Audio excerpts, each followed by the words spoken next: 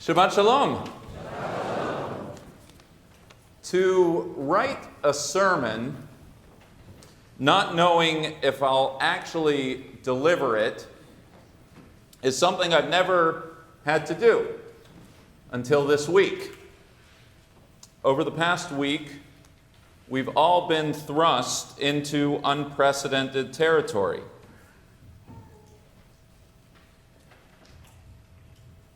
The outbreak of the coronavirus here in New York City, transforming what had been an overseas abstraction into an immediate and imminent concern.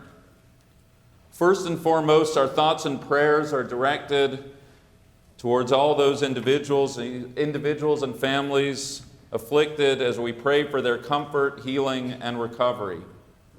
We've all been impacted in our workplace, in our schools, in our homes, those who are here in this room, and those who are live streaming from afar. We're sorting out fact from fiction, healthcare expertise from hysteria, as our world has been turned upside down in ways I've never experienced in my lifetime. We're checking in with our elderly parents. We're concerned for the well-being of our children away at college or on travel education programs abroad. And we're calculating risk-reward for the simple act of dropping off our children at school. The Hebrew word for a synagogue is a Beit Knesset, literally a house of gathering, a place for people to come together at set times on the Jewish calendar and their life cycle. How exactly should a Beit Knesset respond in a moment of social distancing, when people are giving elbow bumps but not handshakes, hellos but no hugs, where people can't even come to Minyan, maybe to say Kaddish? In 48 hours, we're going to have our annual celebration of Purim, an annual community happening, complete with a long-rehearsed Purim play, spiel, children's costumes, parades, and carb-filled Hamantaschens. Do we still have the carnival? Some say yes, others say no. Some yes, but no bouncy castle and no face painter and no ring toss. But then someone else asks, at what point does a carnival stop becoming a carnival? These are real conversations in real meetings in which I've participated in this week. And beneath it all lurks the very real anxiety that nobody knows what is to come in the days or even hours ahead. Every conversation shot through with contingency, every meeting with an implicit or explicit in the event of, a haphazard and happenstance world whose only operating principle seems to be chance, a world where rabbis don't even know if the sermons they write will be delivered in shul on Shabbat. Like a royal diadem that shines brightly in every direction, there are no shortage of ways to appreciate Monday night's scroll of Esther. First and foremost, a feminist story about its namesake Esther, a twice marginalized Jewish woman who negotiates her way through a patriarchy to lead her people in their hour of need.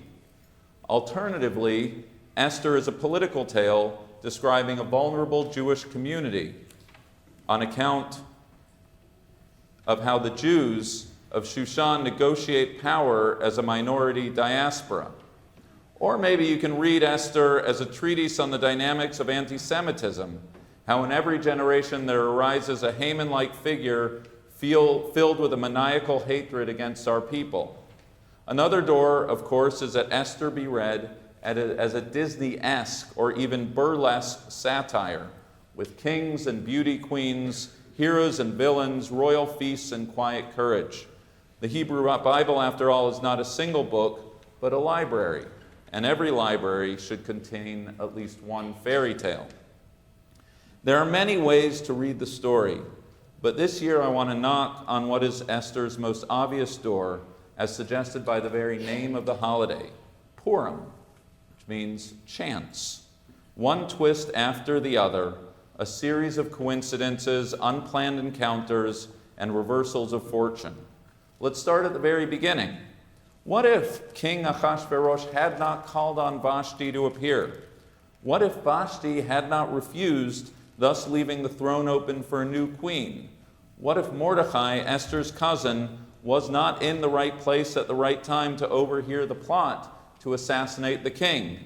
What are the odds that on that very night that the sleepless king asked that the book of records be brought to him, reminding him of Mordecai's loyalty, Haman would just happen to be walking through the courtyard?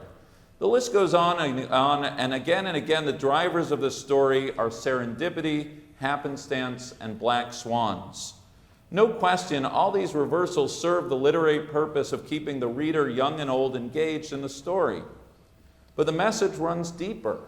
The name of the holiday, after all, isn't Esther Day or Diaspora Day or some sort of Jewish V-Day.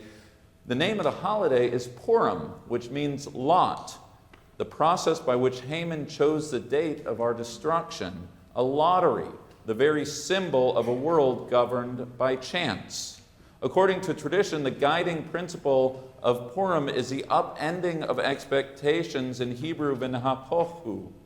The story of Esther is many things, but at its core, it's a tale meant to remind us that none of us are as in control of our lives as we would like to believe.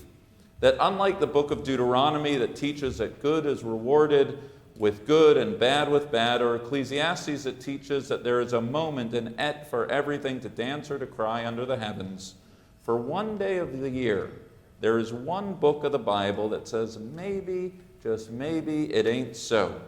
That despite what we may wish or may even believe about providential design, maybe it is chance, luck, or in Hebrew, mazal, that has the first and final word in the tale of our lives. And if indeed this is the case, that the whole point of the Esther story is a notion of life as a lottery, that none of us knows what will happen from one moment to the next, then it's also the lens by which the redemptive message of the holiday snaps into focus. We know the scene well. The fate of the Jews has been sealed by the wicked Haman, and Mordecai makes a last-ditch effort to contact his cousin Esther, then comfortably ensconced in her royal surroundings. As did Moses, as did other leaders before her, when called on to lead, Esther demurs, fearing the risks and filled by self-doubt. You've got the wrong princess, Mordecai. I'm only allowed to approach the king at certain times, in certain circumstances. It is at that point that Mordecai implores her, saying, do not imagine to yourself that you will escape in the king's house from among your people.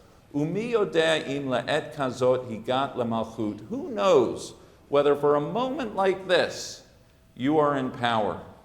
The Hebrew is important, and it wasn't until this year that I picked up on the key word la'et kazot, the same word in the aforementioned book of Ecclesiastes when speaking of the moments of our lives, et la'ledet ve'et lamut, a time to be born, a time to die. It's almost as if not exactly as if, Mordecai is saying to his cousin, look, Esther, none of us really know how we got here, and none of us are in control of what tomorrow brings. But the only thing we can control in this world turned upside down is whether and how we choose to respond to the unplanned. We can respond with courage, with wisdom, with the well-being of our people in mind, or we can abdicate our human agency. Who knows what will happen one moment, one et, to the next? What we do know, what is in your power, is our response to moments just like this. No one has a crystal ball, but we can turn anxiety into confidence, fear into poise, grief to joy, and inattention to responsibility. And it's at that point that Esther is transformed, literally coming out from hiding, which is what her Hebrew name means, emboldened and empowered. The story doesn't end there. There are still challenges and reversals yet to come. We're only in chapter 4 of a 10-chapter tale, but it's here that Esther takes on a heroic stature, leaning in to shape her people's destiny. And to this very day, the 4 mitzvot associated with Purim speak to this very ethic of Esther. First, to hear the Megillah read. No different than the Passover Seder table, no different than the words spoken to Esther that fateful night. One must see oneself as a participant in the story of our people. You have to hear the Megillah read. Second, matanot le'evyonim, gifts to the poor. According to Jewish law, at least 2 people should receive from you, enough at minimum for a meal, even if you yourself are of limited resources. Why? No doubt because giving gifts to the poor reminds us of human agency. It reminds us that if we are sitting in this room, as Esther did in her castle, whatever our worries may be, our worries are the kind most people would love to have.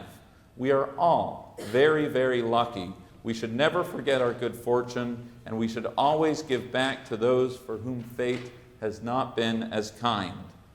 Third, and this is my favorite, mishloach manot, or as some say, shloach manas.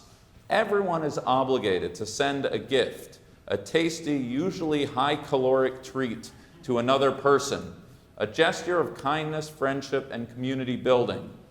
And finally, the seudah, the festive meal, which, like the mishloach manos, is a reminder of the importance of fellowship, community, and maybe just keeping a sense of humor in times of uncertainty.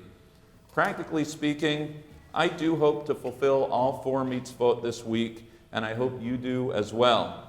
But in all honesty, for all I know, we might all be watching the Megillah via live stream. But we should all find a way to observe the mitzvot of Purim in some even modified capacity, because they remind us that even, if not especially during these moments when the ground is shifting from beneath, we are not powerless. We are part of a bigger story, and we can all move the needle ever so slightly in our own lives and the lives of those around. We can all go online and bring a smile to someone's face by sending them an unexpected treat. We can reach into our pocket and help someone perform the most basic act of feeding themselves. If Purim is a day of the year to remind us that we're in less control than we think we are, the mitzvot of Purim are the prompts meant to stir us to action, like Esther, with wisdom and quiet courage, trying our best to shape the world around us. You know, I began writing this sermon not knowing if it would be delivered. And truth be told, for about an hour yesterday, it wasn't going to be. And now that it is almost delivered, I can't honestly tell you what will happen between now and the end of Shabbat. But I do know that when Shabbat ends, this week and every week, when I recite the blessing of Havdalah, I will recite the words from the book of Esther, La Yehudim Haita Ora V'Simcha V'Sason V'Ikar, that we should enjoy light and gladness, joy and honor. In other words, the tradition is teaching that if we stop to think about it, if we really stop to think about it, the uncertainty of this week isn't just limited to this week. Life can always be turned on its head. None of us really know what any one moment will bring. And yet, we can respond to those moments as Esther did in her time of darkness, by taking agency, by leaning in, by keeping our wits and sense of humor, and most of all, writing ourselves into the story, giving of our humanity and our blessings, turning anxiety to confidence, grief to joy, and darkness to light, gladness, and honor. Shabbat Shalom.